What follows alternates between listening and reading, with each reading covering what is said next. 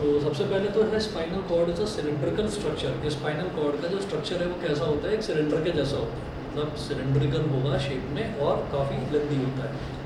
उसके बाद दूसरा है spinal cord begins in continuation with medulla and extends downwards. In continuation with medulla का मतलब क्या है कि जब हम तो ब्रेन की बात कर रहे हैं तो जब हम ब्रेन की बात करते हैं तो ब्रेन में ना हमारा एक तो फोर ब्रेन होता है। फोर ब्रेन मतलब आगे की तरफ फ्रंट वाला जो ब्रेन है, एक मिड ब्रेन होता है और एक होता है आपका हिंड ब्रेन। हिंड ब्रेन में cerebellum, pons and medulla. Medulla भी बिल्कुल उसका जो लोअर मोस्ट टिप होता है उसको मेडुला बोलते हैं। तो जहाँ पर हमारा ब्रेन खत्म होता है वहाँ से स्पाइनल कॉर्ड की स्टार्टिंग हो जाती है। तो यहाँ पर वही लिखा है सेकंड पॉइंट जो है स्पाइनल कॉर्ड में कि spinal cord begins in continuation with medulla and extends downwards. तो वो मेडुला के कंटिन्यूएशन में, मतलब मेडुला के जस्ट बाद वो स्टार्ट हो जाता है और उसके बाद वो चलता जाता है बिल्कुल डाउनवर्ड्स, मतलब बिल्कुल नीचे तक जाता है जहाँ पर हमारा जो है स्पाइनल कॉर्ड की जो टेल होती है बिल्कुल वहाँ तक। थर्ड पॉइंट है it is enclosed in a bony cage called vertebral column. तो ये बोनी केज, केज मतलब एक स्ट्रक्चर है तो उसके अंदर ये बंद है। It is enclosed in a bony cage called vertebral column. तो उसको हम वर्टिब्रल कॉलम बोलते हैं। 1 मिनट वेट कीजिए।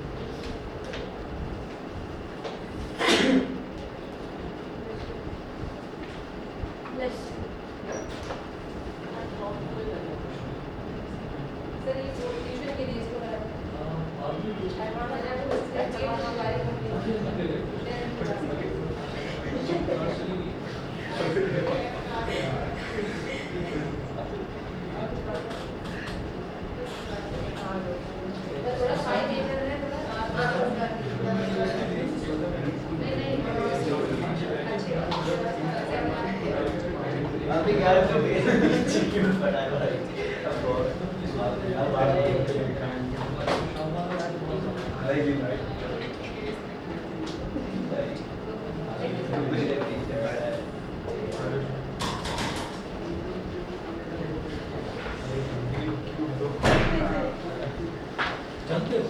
हाँ, परी है ये भी परी है। हाँ। तुम्हारी सबसे दोस्ती है मेरे को लग रहा है।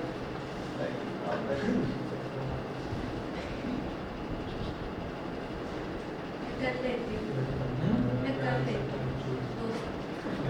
तुमने तो राधिका की मम्मी से भी दोस्ती कर ली थी, उसकी मदर से भी। मिल जाते हैं लोग।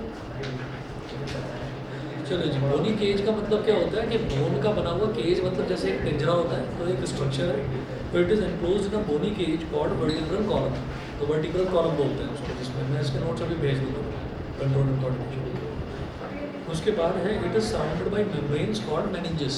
तो मेम्ब्रेन का मतलब हो गया एक्सटर्नल जो स्ट्रक्चर होता है, जो एक्सटर्नल कवरिंग होती है। तो वो जो एक्सटर्नल कवरिंग होती है ना वर्टिब्रल कॉलम की, उसको मेनिंजेस बोल देते हैं।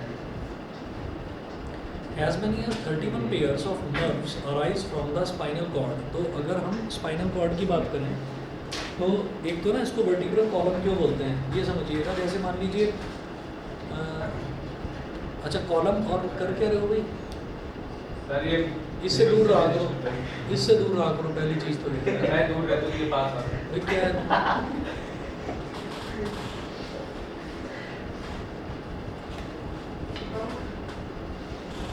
देखिए, जैसे मान लीजिए जैसे असेंबली होती है ना स्कूल में, जो असेंबली ग्राउंड है वहाँ पर अगर हम ये देखते हैं कि बहुत सारे बच्चे, उनकी ना रोज़ बनी हुई है, मेरे मुँह से भी रोज़ ही निकल रहा है, रोज़ है ना। सब कहते हैं कि भाई प्रॉपरली रोज़ में आप खड़े हो जाइए। तो क्या होता है कि एक रो है, एक किसी क्लास के एक सेक्शन की, पता चला सेक्शन ए इधर है, सेक्शन बी की रो इधर है, सेक्शन सी की रो इधर है। तो इस तरह से क्लासेस की अलग अलग रोज़ होती है। तो उनको ना हम कॉमन लैंग्वेज में रोज़ बोल देते हैं। नहीं तो होता क्या है कि जो हॉरिजॉन्टल ग्रुपिंग होती है, अगर हॉरिजॉन्टली कोई चीज़ इस तरीके से हमने अरेंज कर रखी है, ठीक है, जैसे मान लीजिए एक मिठाई का डब्बा है, उस मिठाई के डब्बे को हमने दो तरीके से हम रख सकते हैं। एक तो ऐसे रखा जा सकता है,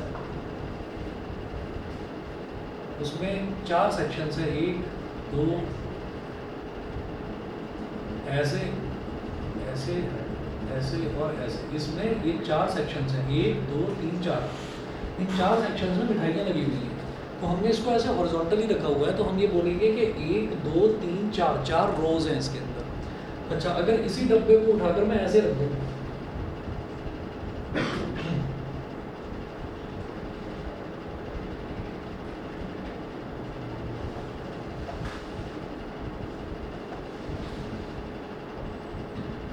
ये जो रोज हैं, अब इनको रोज ना कहकर हम इनको कॉलम्स बोलेंगे।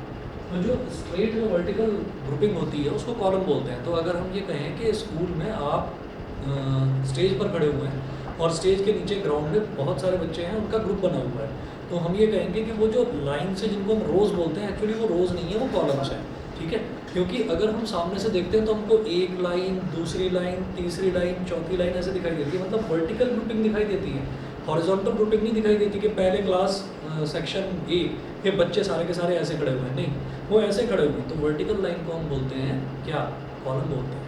तो जो स्पाइनल कॉर्ड होती है, स्पाइनल कॉर्ड को वर्टिब्रल कॉलम, वर्ट जो है वो शब्द आ गया वर्टिकल से, और जो ब्रल है वो आया सेरिब्रल से। सेरिब्रल मतलब जो हमारा जो हिंड ब्रेन है उसमें सेरिबेलम होता है, तो सेरिबेलम से एक वर्टिकल कॉलम जुड़ा हुआ है, इसलिए उसको वर्टिब्रल कॉलम बोल देते हैं। सेरिब्रल से एक वर्टिकल कॉलम यानी कि सीधी एक लाइन जुड़ी हुई है, तो उसको हम बोल देते हैं वर्टिब्रल कॉलम।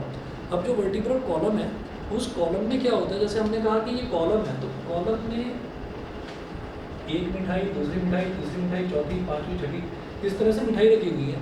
तो ऐसे ही आप समझिए कि जब हम स्पाइनल कॉर्ड की बात करते हैं तो स्पाइनल कॉर्ड में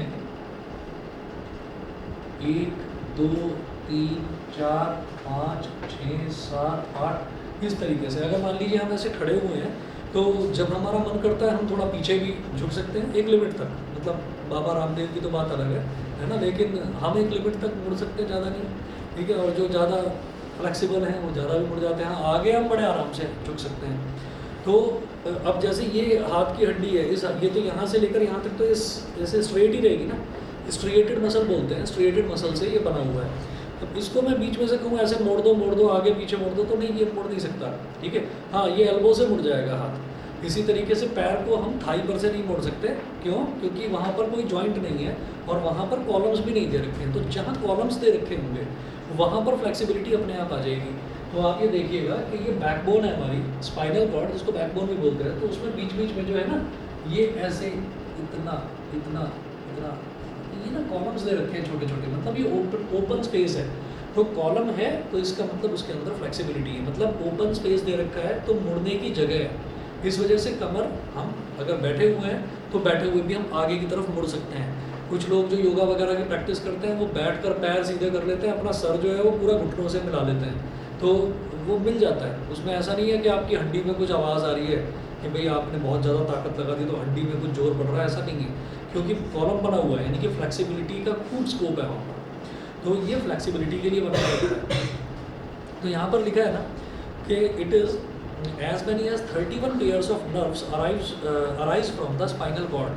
तो होता क्या है कि यहाँ से कुछ नर्व्स निकल रही हैं, यहाँ से कुछ नर्व्स निकल रही हैं। ये नर्व्स ऐसी हैं जो शायद हमारी ऑडिटरी नर्व से जुड़ी हुई है। ऑडिटरी मतलब सुनने वाली चीज़ जो है, जो कान का है ना। यहाँ से कुछ ऐसी नर्व्स निकल रही हैं जो हमारी विजुअल नर्व से जुड़ी हुई हैं, यानी कि ऑप्टिक नर्व से, देखने वाली नर्व से जुड़ी हुई हैं। यहाँ से कुछ नर्व्स निकल रही हैं, तो वो जो नर्व्स हैं वो हमारी मसल से जुड़ी हुई है, हैंड के मसल्स से जुड़ी हुई हैं। तो बैकबोन एक ऐसी चीज़ है, बैकबोन एक ऐसी चीज़ है कि ये जो स्पाइनल कॉर्ड है, इस स्पाइनल कॉर्ड की इतनी ज़्यादा इंपॉर्टेंस है कि अगर स्पाइनल कॉर्ड डैमेज होती है तो कई बार ऐसा होता है कि इंसान चल नहीं सकता, उसको चलने में प्रॉब्लम होने लगती है। वो क्यों होने लगी कि वो वाली नर्व्स डैमेज हो गई जो कि पैरों से जुड़ी हुई थी। कई बार ऐसा होता है कि इंसान के हाथ ढंग से काम नहीं कर रहे हैं, तो उसमें क्या हुआ कि स्पाइनल कॉर्ड से जो नर्व जुड़ी हुई थी, जो हाथों से जुड़ी हुई थी, उसने काम करना बंद करा। कई बार ऐसा हो जाता है कि भाई किसी का एक्सीडेंट हो गया, उसका चेहरा तो बिल्कुल ठीक है लेकिन डॉक्टर बोलते हैं ये देख नहीं सकता, तो उसको, या फिर ये सुन नहीं सकता, तो वो क्या होता है कि जितनी भी नर्व्स हैं वो सारी की सारी, इसको बैकबोन या फिर बॉडी का मदरबोर्ड इसी वजह से कहा जाता है कि इसी से सारी की सारी चीज़ें जुड़ी हुई हैं। जो ब्रेन है, ब्रेन भी इसी से जुड़ा हुआ है। तो 31 पेयर्स निकल रहे हैं। 31 पेयर्स मतलब एक इस साइड निकलेगा तो एक इस साइड निकलेगा, ठीक है। तो हम ये कहेंगे कि जितने भी हमारे सेंसेस हैं वो सारे के सारे पेयर्स पे ही काम करते हैं। तो हमने 5-6 मेन सेंसेस की बात करी, जैसे आंखों की बात करी, तो आंखों की जब हम बात कर रहे हैं तो जो ऑप्टिक नर्व है वो बैकबोन में इधर से भी निकलेगी, इधर से भी निकलेगी, क्योंकि 2 आंखें होती हैं भाई, ठीक है। जो कान है वो भी 2 होते हैं। आप ये कहेंगे कि नहीं, गस्ट्रेटरी रिसेप्टर जो हमारी टंग है वो तो एक ही है, टंग तो एक ही है, लेकिन टंग से जुड़ने वाले, अगर आप टंग को उठाकर देखेंगे तो उसका भी बीच में एक पार्टीशन है, वो भी 2 पार्ट्स में डिवाइडेड है। तो टंग पे भी अलग अलग जगह पर रिसेप्टर्स लगे हुए हैं, आपने महसूस करा होगा कि जब आप कोई खट्टी चीज़ खाते हैं तो आपको टंग अंदर की तरफ थोड़ा सा ऐसा लगता है कि हाँ कुछ खट्टापन लग रहा है। कुछ ऐसा भी होता है कि कुछ ऐसा भी होता है कि जिसको खट्टा खाने की या ज़्यादा नमकीन खाने की आदत नहीं, उसके आंखों से आंसू तक निकल आते हैं। कई लोग आपने देखे होंगे कि मिर्च नहीं खा सकते, उनको छींकें आनी शुरू हो जाती हैं, किसी को हिचकी आनी शुरू हो जाती है। तो ये जितनी भी चीज़ें हैं ये सारी की सारी पेयर में एग्जिस्ट करती हैं। इनफैक्ट जो हमारे सलाइवरी ग्लैंड्स हैं वो भी एक यहाँ पर है और एक यहाँ पर है। कोई चीज़ खाते टाइम किसी चीज़ को देखते हैं तो मुंह से जो पानी निकलता है वो यहाँ से निकलता है। तो हम ये कहेंगे कि जितनी भी चीज़ें हैं वो सारी की सारी जो है वो पेयर्स में एग्जिस्ट करती हैं और उन सबका जो कंट्रोल है, चैप्टर का नाम ही कंट्रोल एंड कोऑर्डिनेशन है, उन सबका कंट्रोल ब्रेन के हाथ में है और ब्रेन सीधा सीधा स्पाइनल कॉर्ड से जुड़ा हुआ है। ब्रेन में हमने देखा कि ब्रेन सिर्फ ये हिस्सा नहीं है, ब्रेन यहाँ से लेकर और हमारे हिप्स की टेलबोन तक, यहाँ तक पूरा का पूरा एक्सटेंड होता है। ठीक है, अच्छा इसके बाद हम अगला इसमें लास्ट पॉइंट स्पाइनल कॉर्ड का है। The spinal cord is concerned with spinal reflex actions and the conduction of nerve impulses to and from the brain. तो स्पाइनल रिफ्लेक्स एक्शंस का मतलब क्या है? स्पाइनल रिफ्लेक्स एक्शंस का मतलब ये है कि कुछ ऐसे एक्शंस हैं कि पता ही नहीं है कि हमारे ब्रेन ने भी उसमें कुछ पार्टिसिपेट करा या नहीं करा। ठीक है, इधर से मतलब हम क्रिकेट खेलते हैं, हमको क्रिकेट खेलने की आदत है, तो अगर सामने से बॉल उड़ती हुई आ रही है और हमारे हाथ में बैट है तो बैट अपने आप ही घूम जाएगा बॉल को मारने के लिए, क्योंकि हम तो बैट्समैन हैं, हमको तो खेलने की आदत है। हम बहुत अच्छे फील्डर हैं, हम बहुत अच्छा कैच पकड़ते हैं, तो किसी ने कहीं से भी बॉल उड़ा दी, हमको तो कैच पकड़ने की आदत है, पकड़ लेंगे फटाफट। कोई दूर से अगर हम खिलाड़ी नहीं भी हैं, किसी ने कुछ फेंका तो, और हम कार में बैठे हुए हैं, हम गाड़ी ड्राइव कर रहे हैं, इधर से किसी ने कुछ फेंका या पानी पड़ा हुआ है, कोई ट्रक निकल कर गया, उसने पानी उड़ाया, तो हमें मालूम है शीशा बंद है, वो पानी शीशे पर पड़ेगा, लेकिन फिर भी हमारा चेहरा अपने आप ही ये हो जाता है, मतलब just to save ourselves. तो ये सारी चीज़ें क्या हैं, ये सारी की सारी रिफ्लेक्स एक्शंस जो हैं ये ब्रेन से एसोसिएटेड नहीं होते, इनको स्पाइनल कॉर्ड ही मैनेज करता है। ठीक है, उसके बाद हमने ये कहा कि and the conduction of nerve impulses to and from the brain. तो ब्रेन में जाने वाले इम्पल्सेस कि भाई कोई मैसेज पहुंचा ब्रेन में कि ये गर्म प्लेट है, इसको मत छुओ, या सामने से जीप निकाल कर एक बड़ा खतरनाक कुत्ता चला आ रहा है ना, तो उससे बच के भागो। तो ये सारे के सारे जो इम्पल्सेस हैं, ये सारे इम्पल्सेस जो हैं ये हमारे ब्रेन तक मैसेज जो पहुँचते हैं, इम्पल्स का मतलब है मैसेज, तो मैसेज जो हमारे ब्रेन तक पहुँचता है, ब्रेन तक पहुँचना यानी कि टू ब्रेन है ना, और ब्रेन से सिग्नल आना कि भाई कुत्ता आ रहा है सामने से, खतरनाक है, भाग यहाँ से। ठीक है, तो वो जो मैसेज ब्रेन ने भेजा, किसको भेजा? पैरों की मसल्स को, कि बहुत कर लिया तुमने आराम, अब जरा दौड़ कर दिखाओ। ठीक है, जान बचानी है तो भागो। तो वो जो भागने का काम है, वो जो मैसेज आया फ्रॉम द ब्रेन, तो ये सारे के सारे जो चीज़ें हैं ये सब स्पाइनल कॉर्ड ब्रेन दोनों के दोनों कोऑर्डिनेट करके करते हैं। क्लियर है? ठीक है, उसके बाद अगला देखिएगा, summarise the functions of brain. ये क्वेश्चन है कि ब्रेन के जो फंक्शंस हैं उनको समराइज करिएगा। तो पहला है the brain receives information carrying nerve impulses from all the sensory organs of the body. तो ब्रेन जो है वो जितने भी सेंसरी ऑर्गन्स हैं, हमने देखा था सेंसरी ऑर्गन्स कौन कौन से होते हैं, आइज़, नोज़ और टंग और ईयर्स। ठीक है, तो ये सारे, और स्किन, ये पांचवा होता है स्किन। तो ये सारे के सारे हमारे सेंसरी ऑर्गन्स हैं, तो वहाँ से इंफॉर्मेशन कलेक्ट करता है ब्रेन ही करता है। उसके बाद दूसरा function, the brain responds to the impulses brought in by sensory organs by sending its own instructions through motor nerves to the muscles and glands causing them to function accordingly.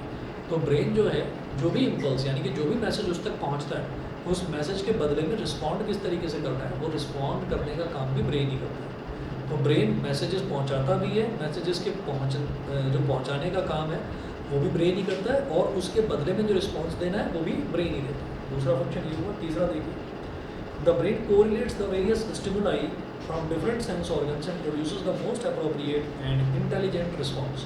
तो brain जो है अलग अलग अगर stimuli कहीं से मिल रहे हैं अगर स्टिमुलाई मिल रहे हैं अलग अलग सेंस ऑर्गन से, तो वो मोस्ट इंटेलिजेंट रिस्पॉन्स क्रिएट करता है। मोस्ट इंटेलिजेंट रिस्पॉन्स ऐसे कि भाई अगर मान लीजिए कि हमने कोई चीज़, मतलब चाय या कॉफ़ी, कोई भी गर्म चीज़ हमने पी, तो जैसे ही हम गर्म चीज़ पीते हैं तो गस्ट्रेटरी रिसेप्टर कहाँ पर है? हमारी टंग में है। हमने कहा बहुत ज़्यादा गर्म है, नहीं पी जा सकती, तो ब्रेन तुरंत मैसेज भेज देता है कि भाई ऑर्गन अंदर का, अगर ज़बरदस्ती पीने की कोशिश करोगे तो अंदर के जो ऑर्गन्स हैं वो डैमेज हो जाएंगे, मत पियो। ठीक है, और तभी हाथ के हाथ क्या हो रहा है, तभी ऐसा हो रहा है कि आप जिस रूम में बैठे हुए हैं उस रूम में अचानक से आप देखते हैं कि उस रूम का टेम्परेचर बहुत कम होता जा रहा है, ठीक है। तो जो स्किन है वो स्किन उसको इन्फॉर्मेशन मिलती है ब्रेन को कि भाई बहुत ज़्यादा टेम्परेचर कम हो रहा है, आपकी बॉडी इस टेम्परेचर को रेसिस्ट नहीं कर पा रही है। तो ब्रेन इंस्ट्रक्शन देता है कि भाई या तो कपड़े पहन लो और या फिर यहाँ से निकल लो, नहीं तो तबीयत खराब हो जाएगी। तो आप ये देखिए कि अलग अलग तरीके के रिस्पॉन्सेस को कोऑर्डिनेट करना और उनके बदले में क्या एक्शन लेना है, ये सारा अप्रोप्रिएट एक्शन ये ब्रेन ही करता है इसका। उसके बाद अगला देखिए, fourth, the brain coordinates the body activities so that the mechanism and chemical reactions of the body work together efficiently. तो ब्रेन जो है बॉडी की जितनी भी एक्टिविटीज़ हैं उनको कोऑर्डिनेट करता है, बड़े आराम से कोऑर्डिनेट करता है और इस तरीके से करता है कि वो एफिशिएंटली काम भी कर सके, ठीक। उसके बाद फिफ्थ है, the brain stores information so that behavior can be modified according to the past experience. This function makes the brain the organ of thought and intelligence. The organ of thought and intelligence. For example, अगर कोई छोटा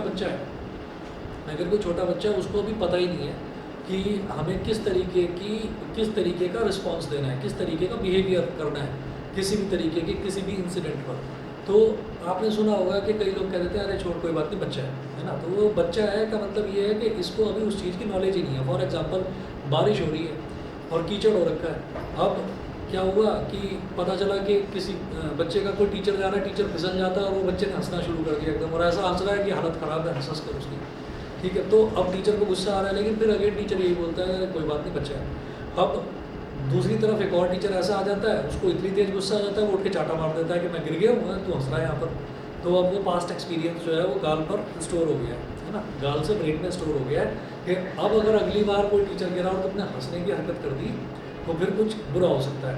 तो इसीलिए इसको बोलते हैं कि ये मोस्ट इंटेलिजेंट जो ऑर्गन है बॉडी का वो ब्रेन ही है कि उसने पास्ट एक्सपीरियंस को स्टोर कर लिया, ठीक है।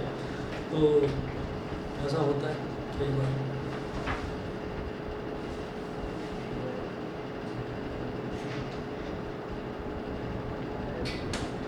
अब देखिएगा पेज नंबर 28 पर आइए, the gap between two neurons is called, बता दें सिनेप्स, ठीक है ना। जो दो न्यूरॉन्स होते हैं उनके बीच में गैप होता है उसको हम सिनेप्स बोलते हैं। पेज नंबर 28 पर आ गए हम। क्वेश्चन देखिएगा, the brain is responsible for, A part है थिंकिंग, बी है regulating the heart beat, C है balancing the body and D है all of these. All of these सारे काम ब्रेन ही करता है। बॉडी को बैलेंस करने का काम भी वही करेगा, रेगुलेटिंग द हार्ट बीट ये भी वही करेगा, और थिंकिंग। तो इसका मतलब ये है कि ऐसे कुछ भी और प्रोसेसेस आएंगे तो सब में क्या मैं ऑल ऑफ दीज ही लिख दूंगा, तो ऐसा नहीं है। आप ये देखिएगा कि ये मैं पेज नंबर 28 पर हूँ, अगर आप पेज नंबर 26 पर आएँ, हाँ जी पेज नंबर 26 पर आए तो पर्टिकुलरली ये एक्शंस ब्रेन में कौन कौन लेता है वो लिखा हुआ है, जैसे रेगुलेटिंग द हार्ट बीट, जैसे बैलेंसिंग द बॉडी, ठीक। तो ये जो है ये आप देखिएगा मेडुला का लिखा हुआ है, medulla controls various involuntary action such as heart beat. Medulla brain का हिस्सा, तो ये लिखा हुआ है सारा, ये लर्न करना है आपको। Regulating the heart beat, breathing, blood pressure and peristaltic movement of alimentary canal. Medulla is also the controlling center for reflexes such as swallowing, coughing, sneezing, secretion of saliva and vomiting. तो ये सारे के सारे जो actions हैं ये सारे के सारे कौन कंट्रोल करता है? मेडुला। मेडुला कहाँ पर होता है? पीछे वाले ब्रेन में। जो हमारा हिंड ब्रेन है, हिंड ब्रेन में होता है सेरिबेलम, पॉन्स और मेडुला। ये चेयर अपने आप से टेढ़ी हो जाती है तुम्हारी,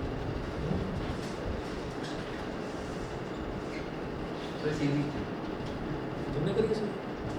अपने आप ही हो गई, ये तुमने करी थी अभी पता नहीं, कुछ भी गड़बड़ होता है ना, मुझे लगता है तुम ही उसके पीछे हो। यही है। वैसे है भी ये पीछे, अभी नीचे बैठा है। अच्छा, उसके बाद देखिएगा जो सेरिबेलम है, सेरिबेलम ही हमारी बॉडी का पोस्चर मेंटेन करता है। तो देखिए the cerebellum helps in maintaining posture and balance of the body.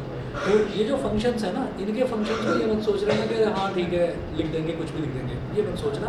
Particularly किस बॉडी पार्ट का क्या फंक्शन है वो लर्न कर देना होगा। आगे देखिए पेज नंबर 28 पर थे।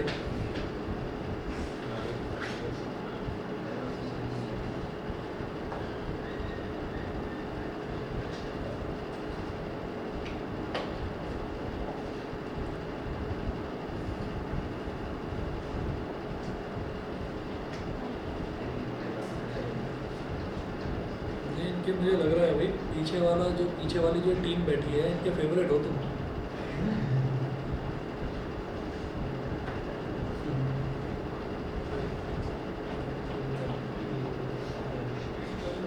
हमारा एक दोस्त था, चंद्रकांत नाम था उसका, चंदू बोलते थे हम उसको, शॉर्ट में चंदू बोलते थे, उसको भी बुरा नहीं लगता था। और वो बेचारा शरीफ सा था, ऐसे ही किसी को कुछ कहता ही नहीं था। तो हम अच्छा ठीक है, अब वो आश्चर्यचकित हो रहा है कि तुम और शरीफ। तो हमारा क्या था कि अलग ही तरीके का मजाक चलता था। टीचर आ गए, पढ़ा रहे हैं, तो पूछ लेते थे समझ में आया कि नहीं, तो हम कहते थे सर हमें तो आ गया, चंदू को नहीं आया समझ में। तो उनको बुरा भी नहीं लगता था और चंदू भी कह देता था हाँ सर नहीं आया, दोबारा बता दो। ये कुछ भी चीज़ होती थी, बेचारा पेन गिर गया या बॉटल किसी और बच्चे की गिर गई, सर चंदू की बॉटल गिर गई, तो हर चीज़ में उसी को सामने ले आते थे। चलिए खैर, हॉर्मोन्स, अब अगला पढ़ेंगे hormones. Hormones are the chemical substances secreted in very specialized tissues in the body called endocrine glands, and they coordinate the activities of living organisms and also their growth. The various characteristics of hormones are given below. तो hormones जो होते हैं, hormones जो है ना chemical substances होते हैं। Hormones chemical substances होते हैं। केमिकल सब्सटेंसेस जैसे कुछ भी आप बोल दीजिए, जैसे मान लीजिए सल्फ्यूरिक एसिड एक केमिकल सब्सटेंस है ना, या हमने कहा कि कास्टिक सोडा, सोडियम हाइड्रोक्साइड एक केमिकल सब्सटेंस है। तो हार्मोन्स केमिकल सब्सटेंसेस होते हैं जो बॉडी में प्रोड्यूस होते हैं। सिक्रीट होने का मतलब होता है प्रोड्यूस होना। कहाँ हो रहे हैं प्रोड्यूस? तो हम ये कहते हैं कि ये जो है ना, वैसे तो सबके अलग अलग ग्लैंड्स हैं, सबके अलग अलग ग्लैंड्स हैं। जैसे हमने कहा यहाँ सलाइवरी ग्लैंड्स है, तो यहाँ से सलाइवा सिक्रीट हो रहा है, तो सलाइवा भी स्लाइटली एसिडिक होता है नेचर में, क्योंकि अगर वो एसिडिक नहीं होगा तो जो हम खाना खाते हैं वो खाने को सिंपल फॉर्म में तोड़ नहीं पाएगा। ठीक है, तो ऐसे बहुत सारे जो है हार्मोन्स बॉडी में सिक्रीट होते हैं। और हम ये कहते हैं कि ये जो हार्मोन्स हैं, इन हार्मोन्स को, ये जो हार्मोन्स हैं, हार्मोन्स को अलग अलग ग्लैंड सिक्रीट करते हैं, और उन सारे ग्लैंड्स को मॉनिटर करने वाला जो ग्लैंड होता है उसको पिट्यूटरी ग्लैंड बोलते हैं, मास्टर ग्लैंड बोलते हैं। तो जो वो ग्लैंड्स हैं, उन ग्लैंड्स को कलेक्टिवली एंडोक्राइन ग्लैंड्स बोल दिया जाता है। तो एंडोक्राइन ग्लैंड्स में हार्मोन सिक्रीट होता है। अब हार्मोन्स करते क्या क्या वो देखिएगा। देखिए भाई, the various characteristics of hormones are given below. Hormones के कैरेक्टरिस्टिक्स क्या क्या हैं, मतलब उनकी प्रॉपर्टीज़ क्या क्या हैं। तो पहला देखिए, hormones are secreted by endocrine glands in small amounts. तो एंडोक्राइन ग्लैंड्स हार्मोन्स को सिक्रीट करते हैं बहुत थोड़े थोड़े अमाउंट में, स्मॉल अमाउंट। ठीक है, हार्मोन्स है, hormones are poured directly into the blood and carried throughout the body by blood circulatory systems, blood circulatory system. तो हार्मोन्स जो हैं वो डायरेक्टली ब्लड में पोर कर देते हैं, ये जो ग्लैंड्स हैं वो ब्लड में पहुंचा देते हैं हार्मोन्स को, and carried throughout the body by blood circulatory system, bye blood circulatory system. तो ये जो है हार्मोन्स वो नेचुरली बॉडी में जिस तरीके से बनते हैं वो उसी तरीके से जो है बहुत कम अमाउंट में बनते हैं, बहुत थोड़े अमाउंट में। और वो बहुत थोड़े अमाउंट में मतलब माइक्रो या नैनो लीटर्स में वो बनते हैं, और वो थोड़ा ब्लड में वो पोर कर दिए जाते हैं। एक यूनिफॉर्म ग्रोथ ह्यूमन बॉडी की, एक यूनिफॉर्म ग्रोथ जो है वो अच्छे एंडोक्राइन ग्लैंड्स पर डिपेंड करती है, एक यूनिफॉर्म ग्रोथ। जैसे फॉर एग्जांपल आप ये देखिएगा, और कई बार क्या होता है कि ह्यूमन बींग्स में, अलग अलग तरीके के ह्यूमन बींग्स में, बॉयज़ में, गर्ल्स में, उसमें कई बार ना ऐसे एक अलग अलग तरीके की चीज़ें देखने को मिलती हैं। जैसे फॉर एग्जांपल कि हम मान लीजिए आप सभी बच्चे 10th क्लास में हैं, तो 10th क्लास में हैं, और 10th क्लास में मैं सिर्फ आपके स्कूल की बात नहीं कर रहा हूँ, हर स्कूल की बात कर रहा हूँ। ज़्यादातर हर स्कूल में आपने ये देखा होगा कि कुछ जो बच्चे होते हैं, कुछ बच्चों की दाढ़ी मूंछ थोड़ी जल्दी आ जाती है। ठीक है, बहुत घनी आ जाती है। इनफैक्ट 11th तक पहुँचते 11th क्लास में ज़्यादा टाइम थोड़ी है, कुछ महीने बचे हुए हैं, पूरा साल भी नहीं है, तो उनको शेविंग तक की ज़रूरत पड़ने लगती है कि उनकी दाढ़ी मूंछ इतनी घनी आने लगती है। तो इसका मतलब क्या है? इसका मतलब ये है कि उनकी बॉडी में जो हार्मोन्स हैं वो थोड़े से जल्दी और ज़्यादा सिक्रीट हो रहे हैं, तो कम अमाउंट में नहीं है। अच्छा, कुछ बच्चे ऐसे होते हैं जिनको जो इनफैक्ट ग्रेजुएशन तक पहुंच जाते हैं और उनकी दाढ़ी मूंछ आती ही नहीं है। ठीक है, तो इसका मतलब क्या है कि उनका जो हार्मोन्स हैं वो थोड़े स्लो सिक्रीट हो रहे हैं। तो हार्मोन्स का प्रॉपरली एक बैलेंस में सिक्रीट होना बहुत ज़रूरी है। और ज़्यादातर कुछ बच्चे ये चाहते हैं कि नहीं मैं मेरे को ना शेविंग करने का बड़ा मन करता है, जल्दी से दाढ़ी आ जाए, मैं भी शेविंग करूँगा, है ना, तो मैं बड़ा हो जाऊँगा, हाँ, तो ऐसा बहुत बच्चों का मन करता है, तो वो मन ना ही करे तो अच्छा है, क्योंकि धीरे धीरे जो ग्रोथ है वो बहुत एक अच्छी ग्रोथ होती है। क्योंकि क्या होता है कि जब किसी भी बच्चे के बारे में ये कहा जाता है कि भाई ये तो बहुत जल्दी बड़ा लगने लगा है, तो अगर उसके हार्मोन्स का जो सिक्रीशन है वो रेट अगर फास्टर है तो वो बूढ़ा भी जल्दी होगा। समझ रहे हैं कि जैसे वो प्यूबर्टी क्रॉस करके और वो टीनेज वो क्रॉस करके धीरे धीरे एक यंग मैन वाली कैटेगरी में जा रहा है, तो जब उसके साथ वाले जो लड़के हैं जब वो यंग मैन की कैटेगरी में पहुंचेंगे तो वो ओल्ड मैन की कैटेगरी में पहुंचने वाला होगा, है ना। तो ये बहुत सारी चीज़ें होती हैं, ये बहुत सारी चीज़ें होती हैं। इनफैक्ट खास तौर पर बॉयज़ को बता रहा हूँ कि कुछ बच्चे जो हैं वो उनको ये शौक होता है कि मेरे को एब्स बनाने हैं बहुत जल्दी, ठीक है। तो वो जो एब्स बनाने की जो चाहत है, वो चाहत कई बार उनको जो है गलत चीज़ें यूज़ करने के लिए जो है वो भी मोटिवेट कर देती हैं। कहते हैं कि अरे कोई बात नहीं है, 2-4 गोली खा लेना क्या हो जाएगा, है ना, ये इंजेक्शन लगवा ले क्या हो जाएगा। तो ये जिम में जो बैठे रहते हैं ना लोग, वो काफ़ी उनको रहता है कि हाँ मैं ये लगा लूँगा और बस अगला जॉन अब्राहम यहाँ से मैं ही निकलूँगा इससे, ठीक है ना। या तो जॉन है या फिर मैं हूँ, बस और कोई है नहीं। तो वो हाँ वही स्टीरॉइड्स की बात कर रहे हैं। तो वो जो हाँ, तो वो मैं ये कह रहा हूँ कि ये जो सारी चीज़ें हैं ये सब हार्मोनल इंजेक्शंस होते हैं, ये हार्मोनल मेडिसिन होती हैं। तो इन सब चीज़ों से आप जितना दूर रहेंगे उतना ही अच्छा है, ठीक है। तो हार्मोन्स का इतना इम्पॉर्टेंट रोल होता है और ये इतना नुकसान कर जाता है कई बार लोगों को। और ये आप गूगल पर यूट्यूब पर सर्च करके देख सकते हैं कि बॉडी बनाने गए थे, ठीक है, कि हम तो अपनी मसल्स को फुलाना चाहते हैं कैसे भी करके। अब पता चला कि एक मसल तो बहुत ज़्यादा फूल गई, एक मसल फूली ही नहीं, वहाँ पर असर ही नहीं हुआ, ठीक है। पता चला एक हाथ लंबा हो गया, एक हाथ छोटा रह गया, ठीक है। तो लंगड़ा कर चल रहे हैं कि जी एक पैर लंबा एक पैर छोटा है। तो ये जो चीज़ है, ये जो प्रॉब्लम है, ये प्रॉब्लम अक्सर होती है और वो लोग फिर आइसोलेट हो जाते हैं, मतलब उनको इतनी शर्म आती है फिर वो लोगों के सामने आते नहीं है। तो इन चक्करों में कभी मत पड़ना कि क्या हो रहा है, मुझे ही थोड़ी कुछ होगा, भाई तुम्हें ही हो जाएगा, बाकी किसी को हो ना हो तुम्हें ही हो जाएगा। तो इस चीज़ को ध्यान में रखकर कभी भी इन चीज़ों के चक्कर में मत पड़ना, क्योंकि अगर ये चीज़ अच्छी होती तो आपके पेरेंट्स खुद लाकर आपको दे देते हैं कि बेटा ये खा ले, बहुत अच्छी चीज़ है, ठीक है ना। तो उस चक्कर में मत पड़ना, पेरेंट्स जो आपको दे रहे हैं वो बेस्ट चीज़ दे रहे हैं, ठीक है। आगे चलिएगा, हार्मोन्स हैव देयर इफेक्ट। अब सुन लीजिए जो ये चीज़ बता रहा हूँ वही है यहाँ पर। Hormones have their effect at the sites different from the sites where they are made. वो बनते कहीं और हैं हार्मोन्स, लेकिन उनका इफेक्ट अलग अलग जगह पर होता है, ठीक है। बालों का सफ़ेद होना अगेन हार्मोन्स का ही है। ये हार्मोन बहुत ज़्यादा तेज़ी से सिक्रीट होंगे, जल्दी बूढ़े हो जाएंगे हम, है ना, बाल जल्दी सफ़ेद होंगे। भाई तुम एक दूसरे को क्यों देख रहे हो, कोई भी एग्जाम्पल दे रहा हूँ, कभी ये तुम इसे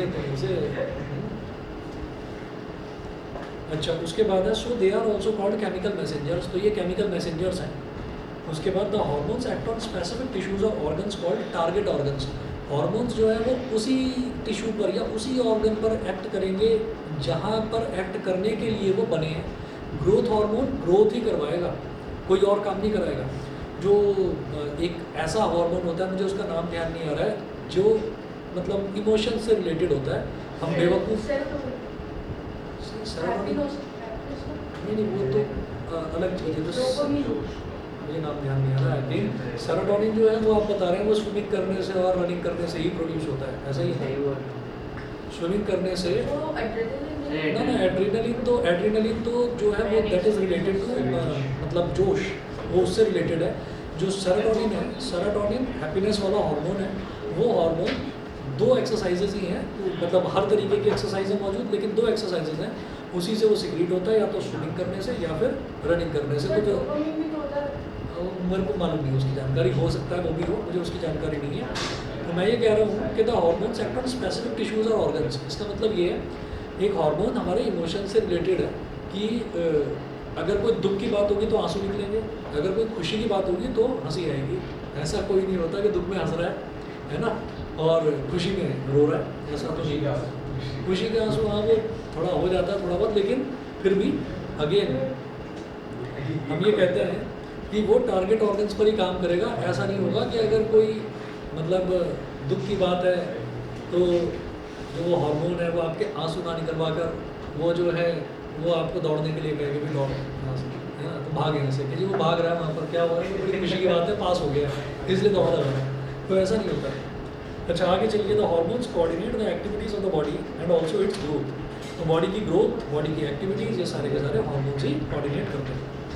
आगे देखिए कि glands. A gland is a structure which secretes a specific substance और सब्सटेंसेस इन द बॉडी। तो ग्लैंड एक ऐसा स्ट्रक्चर है जो एक स्पेसिफिक सब्सटेंस सिक्रीट करता है। सिक्रीट मतलब प्रोड्यूस करता है। वो स्पेसिफिक सब्सटेंस क्या है? हॉर्मोन्स ही। ठीक है जी, हाँ अभी दे रहा हूँ। हाँ सर, पानी। हाँ दे रहा हूँ। चलिए पेज नंबर 29 पर आइए, मैं अभी आ रहा हूँ।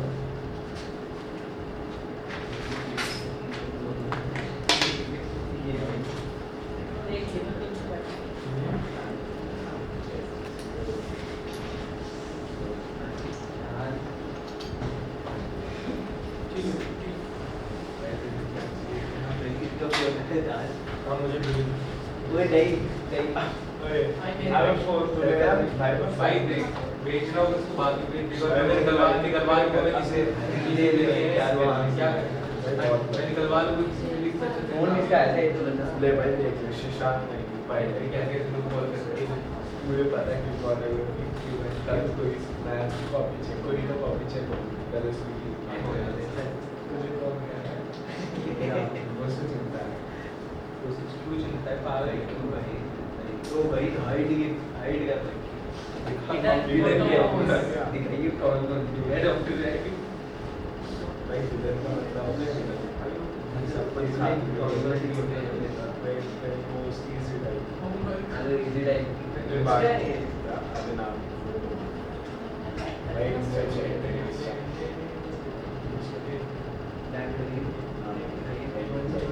अभी दिखा दे अभी अगर सच है फोटो दिखा भाई पूरा क्या चाहता है सब भेज देता हूँ दिखाइए कुछ भाई नहीं देख इसका आईफोन लेके ओ भाई भाई वाली भेज दो इसकी जगह पहली में ओह ये वाली सारी वाली भेज दो सारी बेहतर मुझे बेहतर भाई इसको मत भेजिए मैं तो भेज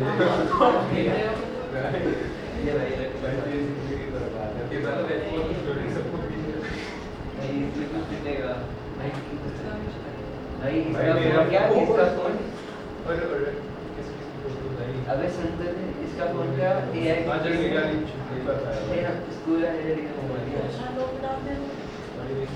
अबे इसका फोन ले लिया था सबने इसके फोन से फोन दिख हां भाई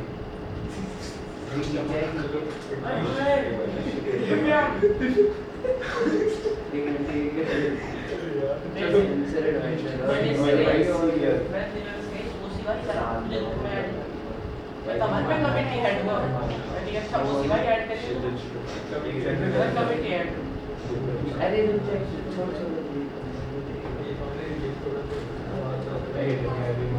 अबे ये देख भाई ये भी सही लग रहा है फिर तुम लोग भाई हां इन्होंने लक्ष्य से पूछा किसी ने हां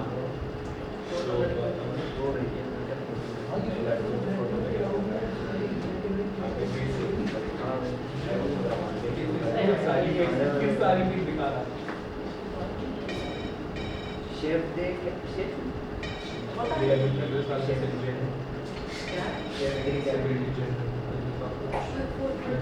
भाई बहुत सी फोटो दे Oh yeah, I love this stuff.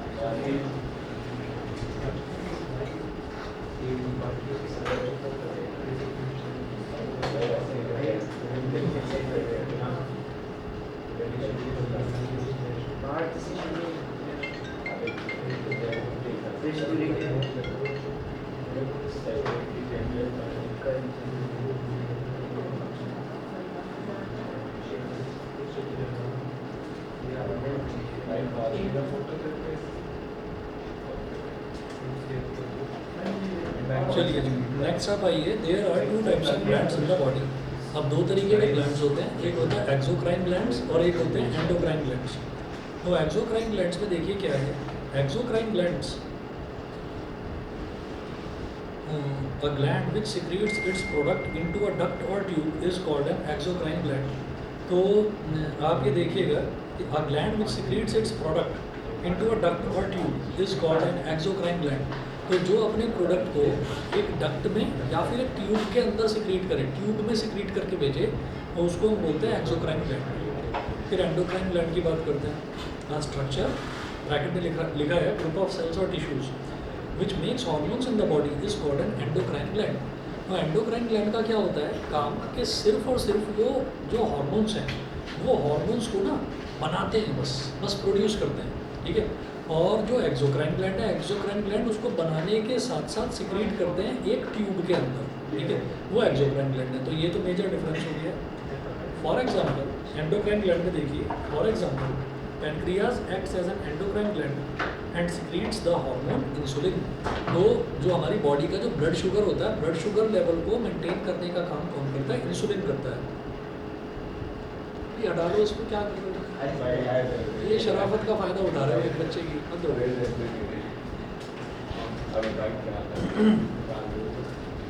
अब एंडोक्राइन सिस्टम की बात करते हैं। A group of endocrine glands which produces various hormones is called an endocrine system. The endocrine system is also called hormonal system. तो यहाँ पर endocrine glands का जो एक पूरा का पूरा सिस्टम है, उस पूरे के पूरे सिस्टम को हम एंडोक्राइन सिस्टम बोल देते हैं। अच्छा, in addition to the nervous system the endocrine system also helps in coordinating the activities of our body. तो ये हमारी बॉडीज़ की अलग अलग, बॉडी की जो अलग अलग एक्टिविटीज़ हैं उनको कोऑर्डिनेट करने का काम करता है। जैसे आप ये देखेंगे, डायग्राम बनाऊँ या देख ही रहे इसमें नोट्स में देख रहे, अरे डायग्राम बनाने का टाइम नहीं है ना एक्चुअली, इसको डायग्राम ही बनाऊँगा, समझाने पाऊँगा। चलो देख लीजिए, डायग्राम नेक्स्ट क्लास में बनाऊँगा। ब्रेन में सबसे ऊपर जो है ये 2 डॉट्स बनाकर दिखाए हुए हैं, एक्चुअली 3 डॉट्स बनाए हैं। आप जो डायग्राम बना रखा है इसमें देखिए, ब्रेन में 3 डॉट्स बना रखे हैं। सबसे ऊपर वाला जो डॉट है that is called pineal gland, जो बीच वाला डॉट है दैट इज़ कॉल्ड हाइपोथैलेमस, और जो नीचे वाला डॉट है उस पर लिखा है पिट्यूटरी ग्लैंड। ये पिट्यूटरी ग्लैंड कहाँ होता है, it is just below the brain, brain के जस्ट नीचे है। उसके बाद देखिए जो विंड पाइप है, विंड पाइप के इस तरफ और इस तरफ 2 तरीके के 2 पेयर बना रखे हैं। तो जो लेफ्ट साइड में 2 डॉट्स हैं उस पर लिखा है पैराथायराइड ग्लैंड, और जो राइट साइड में 2 डॉट्स हैं इस पर लिखा हुआ है थायराइड ग्लैंड। तो ये थायराइड ग्लैंड हो गया, ये पैराथायराइड ग्लैंड हो गया। उसके बाद जहाँ से जो 2 जो पाइप्स हैं जिनको हम ब्रोंकियोल्स बोल देते हैं, जो कि लंग्स से जुड़े हुए होते हैं, जो लंग्स से जुड़े हुए होते हैं, उनके ऊपर एक कैप जैसा स्ट्रक्चर होता है, उसको बोलते हैं थाइमस, THYMUS, थाइमस। अच्छा जी, उसके बाद देखिएगा कि लिवर और किडनी के बीच में एक स्ट्रक्चर नज़र आ रहा है, that structure is called pancreas. Actually liver नहीं, सॉरी, स्टमक और किडनी के बीच में जो स्ट्रक्चर है that is called pancreas. Pancreas bracket में लिखा भी है बिलो स्टमक। फिर है एड्रीनल ग्लैंड्स। एड्रीनल ग्लैंड्स कहाँ होते हैं, किडनी के जस्ट अबाउट। एड्रीनल ग्लैंड्स का काम वही होता है इमरजेंसी हार्मोन सिक्रीट करना। एड्रीनलाइन हार्मोन को इमरजेंसी हार्मोन बोलते हैं, कि जैसे ही आपको एकदम से अचानक से ज़रूरत पड़ती है, एनर्जी की ज़रूरत पड़ती है, तो उस टाइम एड्रीनलाइन ग्लैंड जो है वो एड्रीनलाइन हार्मोन सिक्रीट करता है। और जो पेनक्रियाज है, पेनक्रियाज जो हार्मोन सिक्रीट करता है उसका नाम है इंसुलिन, वो बॉडी के ब्लड शुगर लेवल को मेंटेन करता है, ठीक है। आपने सुना होगा जो डायबिटिक पेशेंट्स होते हैं उनको इंसुलिन लेने के लिए बोला जाता है, ठीक है। तो वो यही चीज़ है कि उनका पेनक्रियाज जो है, पेनक्रियाज की फंक्शनिंग में कुछ प्रॉब्लम है, इस वजह से वो डायबिटीज़ उनको हो जाती है। उसके बाद फिर 2 हार्मोन्स हैं, 2 ग्लैंड्स हैं, फीमेल्स में पाया जाता है ओवरीज, ठीक है, ये एग प्रोड्यूस करता है, और जो मेल्स हैं इनमें पाया जाता है टेस्टिस, ये स्पर्म प्रोड्यूस करता है। तो ये सारा का सारा हमारा एंडोक्राइन सिस्टम हो गया। उसके बाद फिर इन्हीं सब की जो फंक्शनिंग है वो हमारी बची हुई है, नेक्स्ट क्लास में करवाता हूँ, ठीक है ना। आज इतना ही कर दीजिए।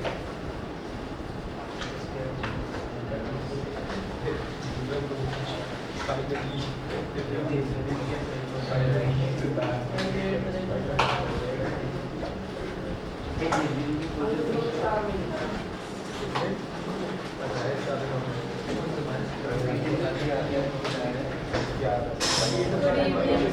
evening.